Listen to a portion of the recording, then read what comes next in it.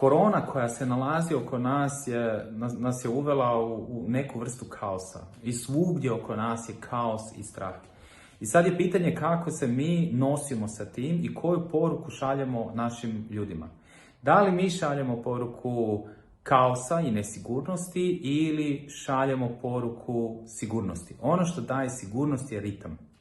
Znači, sa ritmovima koje zadržavamo u kompaniji dajemo ljudima poruku sigurnosti.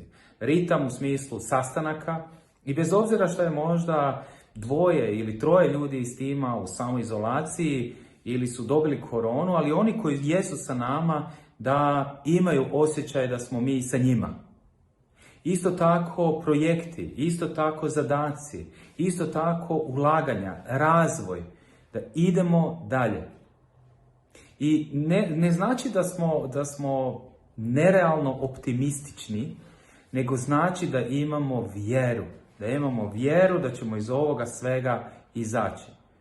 I da će biti na kraju sve dobro. I to je poruka koju trebamo našim ljudima poslati. A svaka i najmanja stvar koju radimo, svaka rečenica koju izgovorimo, svaki otkazani sastanak ili zaustavljeni projekt govori o tome da tu vjeru nemamo i da smo se smrznuli.